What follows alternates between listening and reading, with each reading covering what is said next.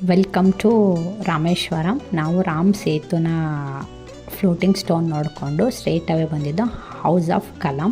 Doctor APJ Abdul Kalam ಅವ್ರ house ಇದು. ಅವರು ಹುಟ್ಟು ಬೆಳೆದಿರೋ ಮನೆ. ನಾವು ಅದನ್ನ ನೋಡೋಕೆ ಬಂದಿದ್ವಿ. ಆವಾಗ ತುಂಬ ಚೇಂಜಸ್ ಇತ್ತು, ಬಟ್ ಇವಾಗೆಲ್ಲ ಚೆನ್ನಾಗಿ ಮೇಂಟೈನ್ ಮಾಡಿದ್ದಾರೆ.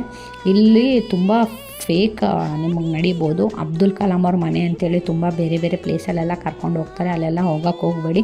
ಇದು ಫೋಟೋನ ನೀವು ಗೂಗಲಲ್ಲಿ ಸರ್ಚ್ ಮಾಡ್ಬೋದು. ಇದು ಪ್ಲೇಸಲ್ಲಿ ಹೋದರೆ ನಿಮ್ಗೆ ಒಳಗಡೆ ಅವ್ರು ಏನೇನು ಅಚೀವ್ಮೆಂಟ್ ಮಾಡಿದ್ರು, ಅವ್ರು ಹೇಗೆ ದೊಡ್ಡವರಾದರು, ಅವ್ರ ಓಲ್ಡ್ ಮನೆ ಹಿಂಗಿತ್ತು, ಅದನ್ನೆಲ್ಲ ತುಂಬ ನೀವು ಎಕ್ಸ್ಪೀರಿಯೆನ್ಸ್ನ ತೊಗೋಬೋದು. ಅಲ್ಲಿಂದ ತುಂಬ ಟೆಂಪಲ್ಸ್ನ ನೋಡೋಕೆ ಹೋಗಿದ್ವಿ. ಎಲ್ಲ ಸಿಂಪಲ್ ಆಗಿರೋ ಟೆಂಪಲ್ಸ್ ಇದ್ವು. ಅದಾದಮೇಲೆ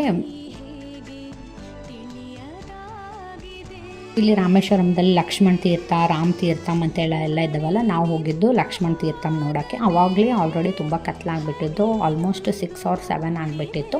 ಅಲ್ಲಿಂದ ಅಲ್ಲಿ ಒಂದು ಕಲ್ಯಾಣಿನೂ ಸಹ ಇದೆ. ಕಲ್ಯಾಣಿ ಅಂದರೆ ಒಂದು ಪೌಂಡ್ ಅದು.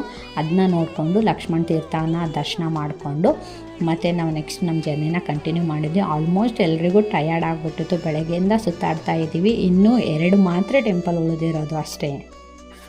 ಲಕ್ಷ್ಮಣ ತೀರ್ಥಮು, ರಾಮ್ ತೀರ್ಥಮು, ತುಂಬ ದೇವಸ್ಥಾನಗಳು ನೋಡಿದ್ವಿ. ಇದು ಒಂದು ದೇವಸ್ಥಾನ ನೋಡಿದ್ವಿ, ಮತ್ತು ನೆಕ್ಸ್ಟ್ ಇದು ಒಂದು ದೇವಸ್ಥಾನ ನೋಡಿದ್ವಿ. ಅದಾದಮೇಲೆ ಪಂಚಮುಖಿ ಹನುಮಾನ್ ದೇವಸ್ಥಾನನೂ ಸಹ ನೋಡಿದ್ವಿ.